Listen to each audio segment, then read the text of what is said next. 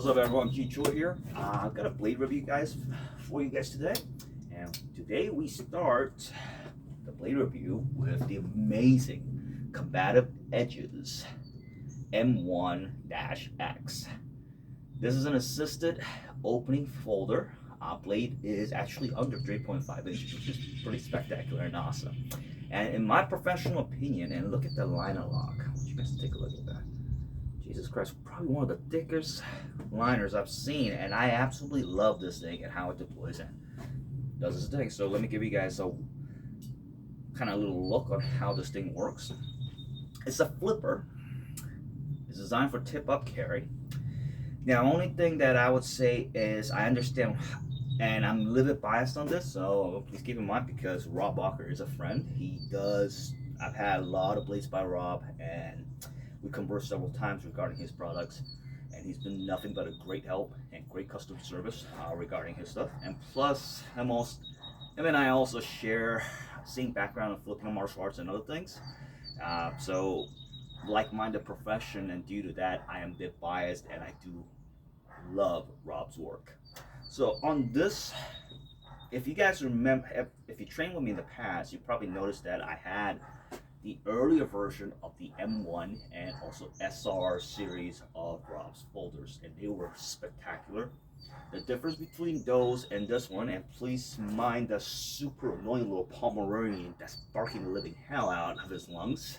That's my neighbor's dog. Super annoying. I hate pommies.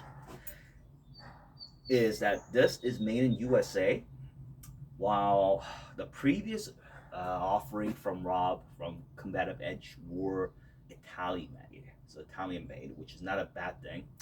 If I'm correct, I believe it was Fox knives, but it was a pretty spectacular blade.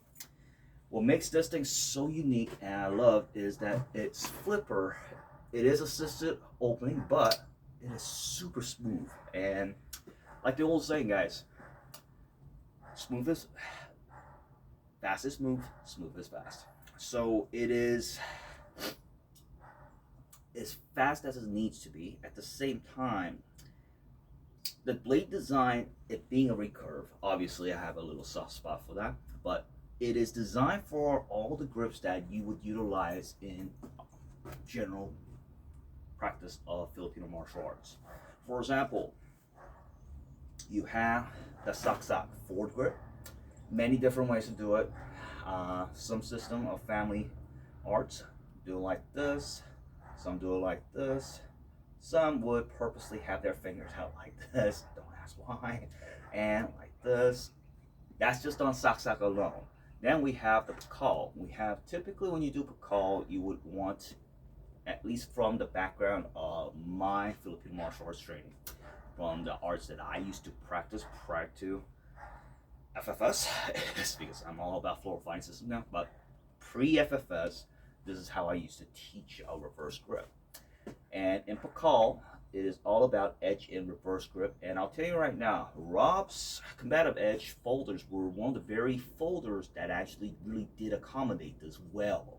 I'm not saying that other folders didn't, just that Rob's folders was almost specifically designed to accommodate all the grips in Filipino martial arts that we both have our backgrounds on.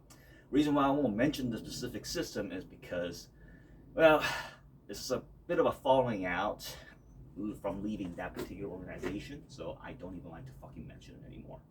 So on that side, the beauty of this is this thing works great for when you go for the thrust, and if he blocks, you go for a slash, and you go for return thrust, and everything flows naturally with this.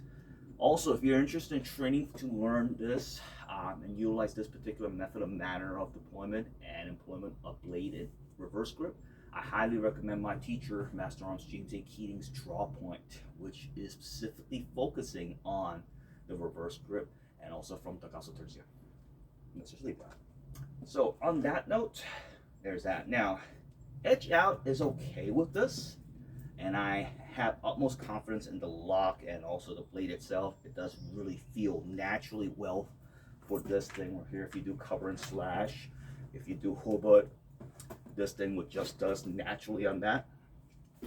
Palo sword, palabas, obviously pile the other way, and showing you can do all sorts of crazy tactics with this, and it will flow naturally. So on that side, kudos. Edge in reverse grip, edge in foregrip, it works actually pretty well too.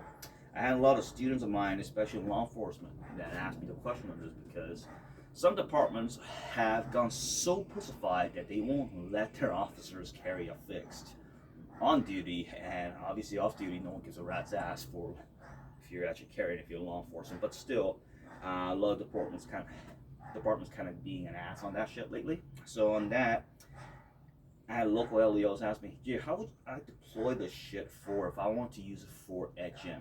It's a simple thing. You deploy it, you catch it like that, and there's an edge in right here, foregrip.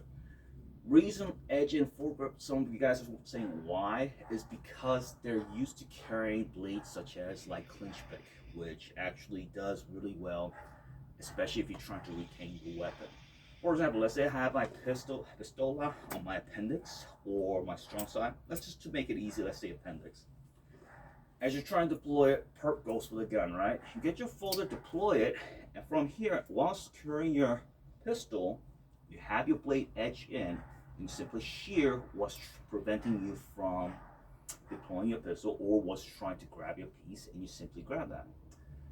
That does it. Now he backs off. If he doesn't, he gets a nice little incentive to back off, and that pretty much allows you to have back off to create that distance, switch your hand, and deploy your weapon as it need be. So on that side, this thing works great. Overall, what I do not like about it, and I do understand why is there, the clip is positioned a little bit lower, so it pretty much prints like fuck on the top. But however, just grabbing it out of the pocket makes it so easy thanks to this aluminum stippling right here. You just simply place your thumb in front of that as you deploy it. So you grab that. This thing comes out just like that. I absolutely love that feature because it teaches you to correctly place your hand where they need to be. Now, only thing that I don't like, as I was saying, is that this thing rides too high in the pocket. I understand it is to allow for easy access, at the same time also to give you guys a little puño so you could do Ulisi Palat techniques with this for pain compliance if need be. But overall, I would rate this as one of the best folders that I've ever had the honor of carrying, and it's completely legal to carry.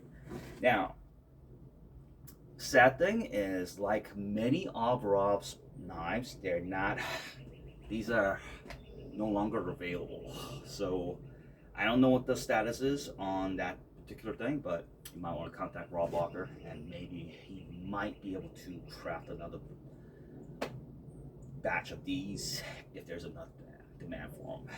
But yeah, skull bead lanyards, these are all mine. I love doing this, so here's the first one right there. I got a couple different blade reviews for you guys today since it's my day off, so stay tuned. Thank you and have a great day.